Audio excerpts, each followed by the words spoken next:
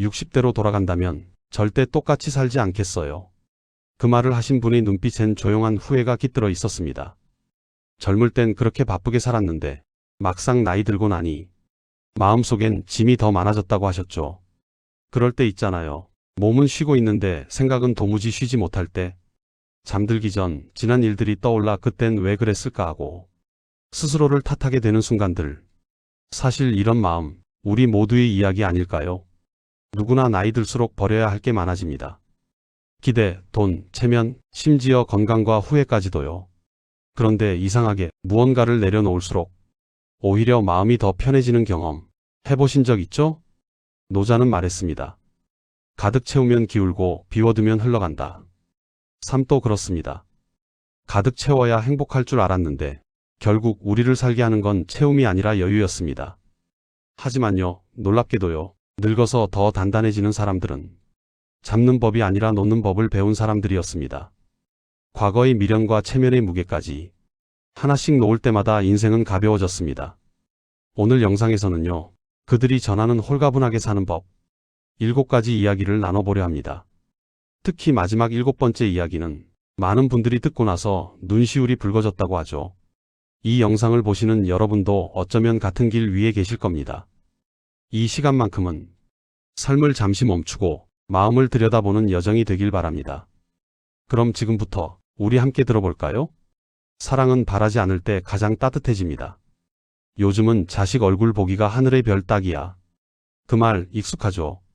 전화를 기다리며 하루가 저무는 날이 있습니다. 휴대폰 화면을 몇 번이나 들여다보다가 결국엔 한숨으로 마무리되는 저녁도 있죠. 그럴 때 있잖아요. 괜히 내가 뭘 잘못했나 싶고 괜히 서운함이 쌓여버릴 때, 그 마음의 뿌리를 따라가 보면 사랑보다 먼저 있는 건 기대입니다. 공자는 이런 말을 남겼습니다. 사람의 근심은 남을 바꾸려는 데서 생긴다.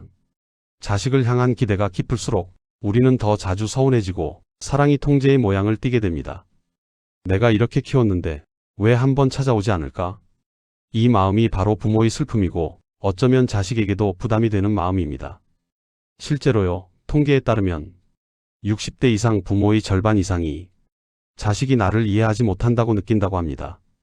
하지만요, 자식들은 우리가 생각하는 것보다 훨씬 바쁩니다. 삶을 꾸려가는 게 버거워 사랑을 표현할 여유조차 없는 경우가 많죠. 그들도 예전에 우리처럼 내일 전화해야지 하면서 잠들곤 합니다. 결국 우리와 같은 길 위에 있는 거예요. 부처는 이런 가르침을 전했습니다. 기대는 집착으로 변하고 집착은 고통의 뿌리가 된다. 자식을 향한 사랑이 집착으로 바뀌는 순간 그 사랑은 스스로를 소모시킵니다. 자식이 우리를 행복하게 하는 게 아니라 우리가 그들을 이해하는 순간 행복이 시작됩니다. 하지만요, 놀랍게도요, 기대를 내려놓으면 관계가 오히려 가까워집니다. 먼저 연락하지 말자는 마음 대신 짧게 안부를 전해보세요. 요즘 잘 지내지? 그 한마디 속엔 따뜻한 품이 있습니다. 그 말을 들은 자식은 부담이 아니라 위안을 느낍니다. 그리고 어느 날 그쪽에서 먼저 전화를 걸어올지도 모릅니다. 사랑은 흘러야 따뜻하고 붙잡을수록 식어버리는 것이니까요. 한 철학자는 이런 말을 남겼습니다.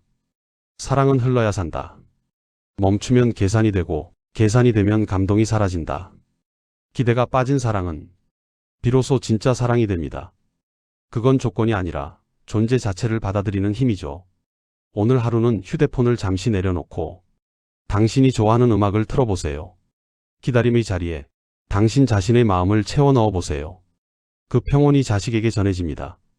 왜냐면 부모가 편해야 자식도 편하니까요. 그게 진짜 함께 사는 사랑입니다. 괜찮아요. 우리가 정말 원했던 건 자식의 연락이 아니라 그들을 여전히 사랑할 수 있는 마음이었잖아요. 기대를 내려놓으면 마음이 비로소 가벼워집니다. 이제 다음 이야기는 돈의 불안에서 벗어나는 법에 대해 나눠볼까요? 가진 것보다 누리는 사람이 부자입니다. 통장 숫자는 늘어나는데 마음은 왜 이렇게 불안할까요? 그럴 때 있죠. 돈이 모자라서가 아니라 있어도 불안할 때, 혹시라도 아플까봐, 요양원비는 어떻게 될까 걱정하며 지갑을 꼭 쥐고 사는 나날들 말이에요. 노년의 불안은 대부분 돈에서 시작됩니다. 자식에게 부담 주기 싫고 내가 내 몫은 책임지고 싶으니까요. 하지만 그 마음이 지나치면 돈이 나를 지키는 게 아니라 내가 돈을 지키느라 인생이 메말라집니다. 노자는 이렇게 말했습니다. 모으는 자는 근심을 얻고 나누는 자는 평안을 얻는다. 돈은 움켜쥘 때보다 흘려보낼 때 가치가 생깁니다. 그런데 우리는 늘 이렇게 말하죠. 나중에 아플 수도 있으니까 아껴야지. 하지만요, 그 나중이란 언제일까요? 오늘이 이미 그 나중일지도 모릅니다. 실제로요, 국내 60세 이상 중 절반 가까이가 자신의 노후 생활비를 충분히 쓰지 못한 채 혹시 모를 상황을 대비해 아끼며 산다고 합니다. 그런데 정작 그 혹시는 생각보다 빨리 오지 않아요. 대신 남은 건 쓰지 못한 돈과 억눌린 삶의 흔적뿐이죠. 돈은 쌓아두면 안전해 보이지만 결국 숫자에 불과합니다.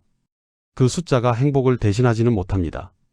돈이 삶을 지켜주는 게 아니라 이 정도면 충분하다는 마음이 진짜 우리를 지켜줍니다. 한 철학자는 이렇게 말했습니다.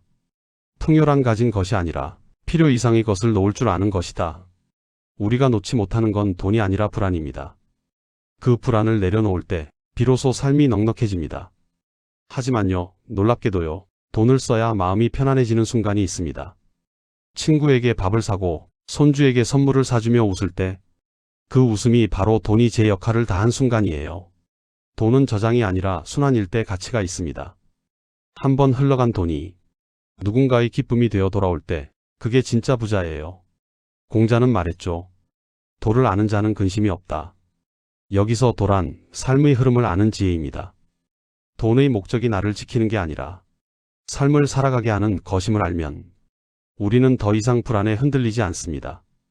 돈은 인생의 주인이 아니라 길을 걸을 때 잠시 빌려 쓰는 지팡이 같은 존재니까요. 오늘 하루 한번 이렇게 해보세요. 통장을 바라보는 대신 당신의 하루를 세어보세요. 좋은 햇살, 따뜻한 밥 한 끼, 이야기 나눌 친구 한 명. 그게 진짜 재산입니다. 돈은 결국 사라지지만 마음의 평안은 남습니다. 괜찮아요. 모아둔 돈보다 중요한 건 지금 누리고 있는 시간이에요. 돈을 지키며 사는 인생보다 마음을 지키며 사는 인생이 훨씬 부자답습니다. 이제 다음 이야기는 건강이라는 또 다른 강박에 대해 나눠보겠습니다. 올해보다 좋게 사는 게 더 중요합니다. 요즘은 건강이 제일 큰 걱정이에요. 그 말 하루에도 몇 번씩 듣죠. 건강검진 결과지를 들고 수치 하나에 마음이 무너질 때가 있습니다. 조금만 몸이 피곤해도 혹시 큰 병이 아닐까? 하는 불안이 밀려오죠. 그럴 때 있잖아요. 몸보다 마음이 더 피곤할 때. 나이 들수록 건강은 인생의 전부처럼 느껴집니다. 하루 3번 약을 챙기고 몸에 좋다는 음식을 찾아 헤매며 오늘은 만보를 채웠나 세어보죠. 그런데 아이러니하게도 건강을 위해 애쓸수록 삶이 점점 불안해지는 경우가 많습니다. 부처는 이런 말을 남겼습니다. 몸을 다스리되 마음을 잊지 말라. 몸만 챙기다 마음이 병들면 진짜 건강은 무너집니다. 실제로요, 국내 60세 이상 인구의 절반 이상이 만성질환 2가지 이상을 갖고 있다고 합니다. 그런데요, 몸보다 더 큰 문제는 건강에 대한 두려움입니다. 아프면 안 된다는 강박이 오히려 삶을 병들게 합니다. 하루를 완벽하게 관리하려는 사람일수록 몸보다 마음이 먼저 지칩니다. 식단표를 붙이고 염분을 줄이고 운동 스케줄을 빽빽하게 채워넣습니다. 그러다 어느 날 문득 내가 이렇게까지 살아야 하나 싶은 순간이 오죠. 노자는 이렇게 말했습니다. 억지로 힘을 쓰는 것은 오래가지 못한다. 몸도 마찬가지입니다. 억지로 만드는 건강은 결국 균형을 잃습니다. 때로는 느슨함이 약이 되고 가끔의 즐거움이 보약이 됩니다. 짜장면 한 그릇, 소주 한 잔이 죄책감이 아니라 행복이 되는 삶. 그게 진짜 건강한 삶 아닐까요? 한 철학자는 이런 말을 했습니다. 몸의 고통은 피할 수 없지만 그에 휘둘릴 필요는 없다. 건강은 완벽해야 하는 게 아니라 불안하지 않은 상태면 충분합니다. 병을 두려워하기보다 지금 이 순간 살아있음을 느끼는 마음이 더 중요합니다. 가벼운 통증에도 감사할 줄 아는 마음. 그게 진짜 건강의 근육이에요. 하지만요, 놀랍게도요, 강박을 내려놓은 사람일수록 몸이 더 편안해졌다는 연구 결과도 있습니다. 해야 한다는 생각 대신 할 수 있을 만큼만 하자는 마음으로 바꾸면 몸의 긴장도 함께 풀리죠. 건강은 노력보다 리듬입니다. 억지로 관리하기보다 기분 좋게 지속할 수 있어야 그게 오래가는 진짜 습관이 됩니다. 오늘 하루 이렇게 해보세요. 무조건 해야 할 일 대신 오늘 나를 편하게 하는 일을 하나 정해보는 거예요. 산책 대신 좋아하는 음악 듣기, 영양제 대신 따뜻한 차 한 잔. 그게 바로 몸이 웃는 시간입니다. 괜찮아요. 조금 덜 완벽해도 됩니다. 건강은 숫자가 아니라 삶을 대하는 태도의 온도입니다. 오늘 내가 편안했다면 그게 이미 충분히 건강한 하루예요. 이제 다음 이야기는 체면과 시선에서 벗어나 자유로워지는 법으로 이어집니다. 진짜 자유는 보여짐이 아니라 있음에서 옵니다. 이 나이에 그렇게 입으면 안 되지. 남들이 뭐라 하겠어. 우리 세대가 가장 많이 한 말 아닐까요? 누구나 한 번쯤 거울 앞에서 단추를 다시 잠그며 체면을 챙긴 적 있을 겁니다. 그럴 때 있죠. 내 마음은 편하지 않은데 괜히 남의 눈이 먼저 신경 쓰일 때. 젊을 땐 단정함이 예의였고 중년엔 체면이 삶의 기준이었죠. 하지만 나이 들수록 그 체면이 때로는 짐이 됩니다. 누군가에게 잘 보이기 위해 내 마음을 숨기며 살아온 세월. 이제는 그 벽을 허물어도 괜찮지 않을까요? 장자는 이렇게 말했습니다. 진정한 사람은 세상의 기준에 자신을 맞추지 않는다. 체면은 나를 지켜주는 옷이었지만 이제는 벗어야 할 갑옷일지도 모릅니다. 우리가 너무 오랫동안 괜찮은 사람처럼 보여야 한다는 보이지 않는 틀 안에 갇혀 있었던 거죠. 실제로요. 심리 연구에 따르면 60세 이후에도 타인의 평가를 두려워하는 사람이 절반이 넘는다고 합니다. 흥미로운 건 그 두려움의 대부분이 존중받지 못할까 봐에서 비롯된다는 점이에요. 하지만요. 존중은 꾸밈에서 오는 게 아니라 진심에서 옵니다. 꾸며낸 인생보다 솔직한 인생이 오히려 사람들의 마음을 움직입니다. 한 철학자는 이렇게 말했습니다. 꾸밈은 눈을 사로잡지만 진심은 마음을 붙잡는다. 이 말처럼 이제는 외모보다 표정이, 지위보다 태도가, 말보다 눈빛이 사람을 말해줍니다. 체면을 내려놓는 건 무책임이 아닙니다. 그건 나답게 살겠다는 선언이에요. 내가 편해야 진짜 품격이 드러납니다. 남의 시선을 따라 사는 건 평생 끝나지 않는 경쟁이지만 내 마음을 따라 사는 건 오늘부터 가능한 자유입니다. 하지만요, 놀랍게도요, 솔직하게 살기로 결심한 순간 삶이 훨씬 가벼워집니다. 친구에게 마음을 털어놓고 잘 모르겠으면 나도 몰라라고 말하는 용기. 그 한마디가 관계를 더 단단하게 만들어요. 꾸며낸 완벽함보다 솔직한 불완전함이 더 따뜻하니까요. 노자도 이렇게 말했습니다. 높이 있는 자는 스스로를 낮추어야 하늘과 통한다. 이 말은 겸손의 뜻이기도 하지만 본래의 자신으로 돌아가라는 뜻이기도 합니다. 남에게 보이려는 마음을 낮추면 비로소 내 안의 평화가 들려옵니다. 오늘 하루는 보여지기 위한 나 대신 있는 그대로의 나로 살아보세요. 화장 대신 미소로, 허세 대신 한마디 진심으로. 그 순간 남의 시선이 아니라 내 마음이 나를 칭찬하게 될 겁니다. 괜찮아요. 조금 부족해도 덜 갖춰져도 진짜 품격은 완벽함이 아니라 편안함에서 피어납니다. 체면을 벗는 순간 비로소 나답게 살 수 있습니다. 이제 다음 이야기는 과거와 후회를 놓는 법으로 이어집니다. 그때의 나는 그때의 최선을 다한 나였습니다. 그땐 왜 그랬을까? 가끔 문득 그런 생각 들죠. 문득 떠오르는 그날의 말, 그 결정, 지금도 마음 한켠을 쿡 찌릅니다. 잠들기 전 그 장면이 또 떠오르고 괜히 자신이 미워질 때도 있어요. 그럴 때 있잖아요. 누가 나를 용서해주지 않아도 내가 나를 용서하지 못하는 그 시간. 하지만요, 생각해보면 그때의 나는 그때의 세상 속에서 할 수 있는 만큼 했을 뿐입니다. 공자는 이렇게 말했습니다. 지나간 잘못은 고칠 수 없고 다만 반성으로 새 길을 찾을 뿐이다. 우리는 후회를 통해 배우지만 그 배움을 벌처럼 사용하면 마음이 점점 약해집니다. 실제로요, 심리 연구에서도 60대 이상 세대가 가장 자주 떠올리는 감정이 후회라고 합니다. 하지만 그 후회의 대부분은 실수보다 용서하지 못한 마음에서 시작됩니다. 과거의 선택이 잘못이었던 게 아니라 그 선택을 아직 받아들이지 못한 거예요. 그때의 나는 지금의 내가 될 수 있는 유일한 길 위에 있었을 뿐입니다. 부처는 이런 말을 남겼습니다. 미움은 미움을 없애지 못한다. 오직 이해만이 그것을 사라지게 한다. 후회도 그렇습니다. 자신을 미워해서는 자유로워질 수 없습니다. 이해해야 합니다. 그때의 나는 그만큼밖에 몰랐고 그만큼의 상황 속에서 진심으로 애썼던 나였다는 걸요. 한 철학자는 이렇게 말했죠. 과거는 돌이킬 수 없지만 그 의미는 언제든 바꿀 수 있다. 후회를 내려놓는다는 건 기억을 지우는 게 아니라 그 기억을 다르게 바라보는 일입니다. 그때의 나를 벌주던 마음을 그때의 나를 다독이는 마음으로 바꾸는 것. 그게 진짜 용서이고 인생을 다시 앞으로 움직이게 하는 힘입니다. 하지만요, 놀랍게도요, 자신을 용서한 사람일수록 삶의 만족도가 높아진다고 합니다. 괜찮아, 그땐 그럴 수밖에 없었어. 이 한마디가 삶의 방향을 바꿉니다.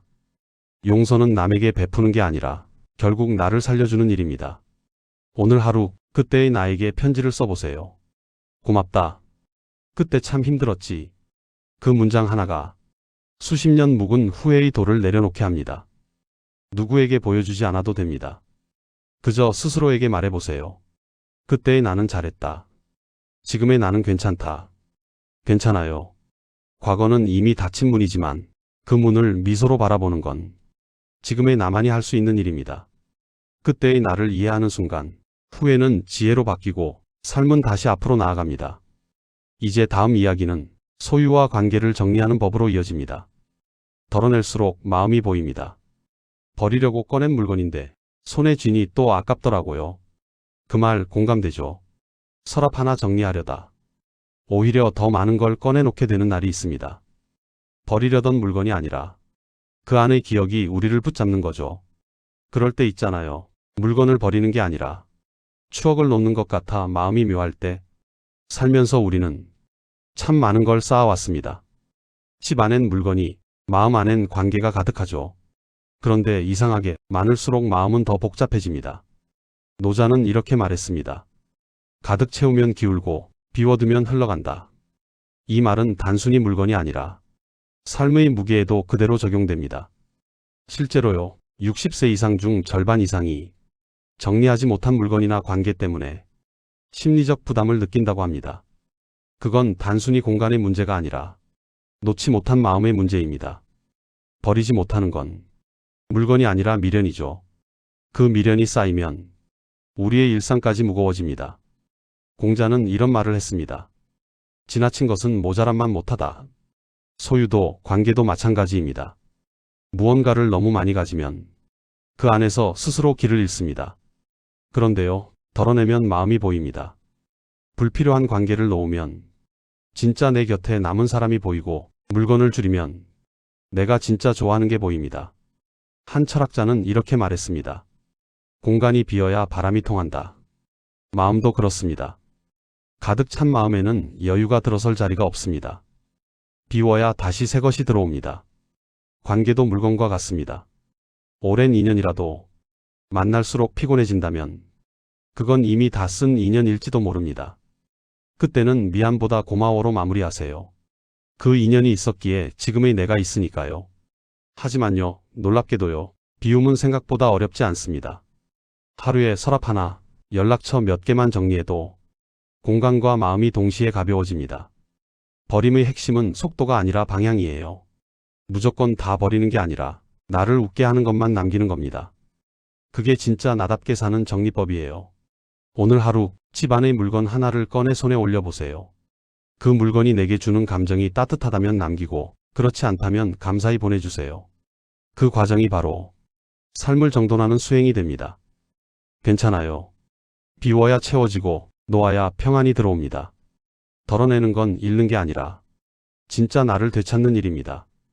버림의 끝에는 항상 가벼움과 평화가 기다리고 있습니다. 이제 마지막 이야기는 죽음을 수용하고 감사로 마무리하는 법으로 이어집니다. 끝을 아는 사람만이 지금을 진짜로 삽니다. 요즘은 하루가 선물 같아요. 그 말을 하신 한 어르신의 미소가 아직도 마음에 남습니다. 젊을 때는 시간이 너무 느렸는데 이제는 하루가 얼마나 빠른지 모른다고 하셨죠. 그럴 때 있잖아요. 어느 날 갑자기 내가 살아있다는 사실만으로도 감사해지는 순간이요. 죽음은 누구에게나 두려운 단어입니다. 생각만 해도 마음이 쓸쓸해지고 어쩐지 불길한 기분이 들죠. 그래서 사람들은 죽음을 이야기하기를 피합니다. 하지만요, 죽음을 외면한다고 삶이 길어지는 건 아닙니다. 오히려 죽음을 인정할 때 비로소 삶의 깊이가 시작됩니다. 에픽테토스는 이렇게 말했습니다. 죽음을 두려워하지 말라. 그것을 두려워하는 마음이 두려운 것이다. 우리가 두려워하는 건 죽음 자체가 아니라 아직 다 살지 못했다는 후회일지도 모릅니다. 그래서 죽음을 받아들인다는 건 삶을 포기하는 게 아니라 삶을 더 진심으로 대하는 일입니다. 실제로요, 한 연구에 따르면 죽음을 자주 성찰하는 사람일수록 삶의 만족도가 높다고 합니다. 그 이유는 간단합니다. 끝을 아는 사람은 지금의 순간을 더 소중히 여기기 때문이죠. 죽음이 삶의 끝이 아니라 삶을 선명하게 비추는 거울이 되는 겁니다. 장자는 이렇게 말했습니다. 삶과 죽음은 낮과 밤처럼 이어질 뿐이다. 이 말은 죽음이 단절이 아니라 자연스러운 순환이라는 뜻입니다. 꽃이 피고 지듯 우리의 삶도 그렇게 이어질 뿐이에요. 그 사실을 받아들이면 두려움이 감사로 바뀝니다. 하지만요, 놀랍게도요, 죽음을 준비한 사람일수록 삶을 더 활기차게 산다고 합니다. 유언장을 쓰고 정리할 물건을 정리하고 마음을 나눌 말을 남기는 사람들. 그들은 오히려 더 환하게 웃습니다. 왜냐하면 더 이상 미루는 게 없으니까요. 삶을 정리한다는 건 끝을 준비하는 게 아니라 오늘을 충실히 살겠다는 다짐입니다. 한 철학자는 말했습니다.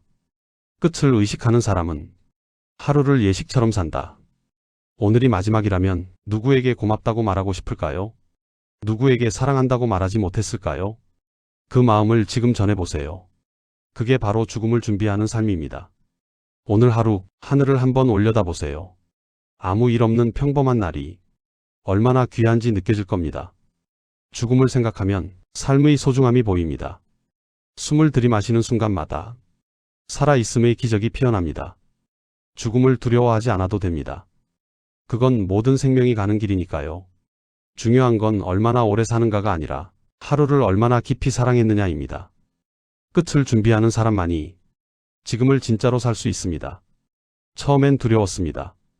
나이 들어간다는 게, 하루가 짧아지는 게 왠지 모르게 쓸쓸했죠. 하지만요, 이제야 알겠어요. 그 두려움 속에도 삶의 선물이 숨어 있었다는 걸요. 우리가 놓치지 말아야 할 건 더 많이 가지는 법이 아니라 가볍게 사는 법이었습니다. 기대와 불안, 후회와 욕심을 내려놓으니 그 자리에 평안이 찾아왔습니다. 결국 인생의 지혜란 무언가를 더 채우는 게 아니라 이미 가진 것의 가치를 깨닫는 일 같아요. 괜찮아요. 조금 늦게 알아도 지금이면 충분합니다. 후회했던 날들 덕분에 오늘의 우리가 단단해졌으니까요. 우리 모두 같은 길 위에 있습니다. 넘어지고 배우고 다시 일어서며 비로소 지혜로운 동행이 되어갑니다. 오늘 이 이야기가 마음에 닿으셨다면 좋아요로 함께 지혜를 나눠주세요.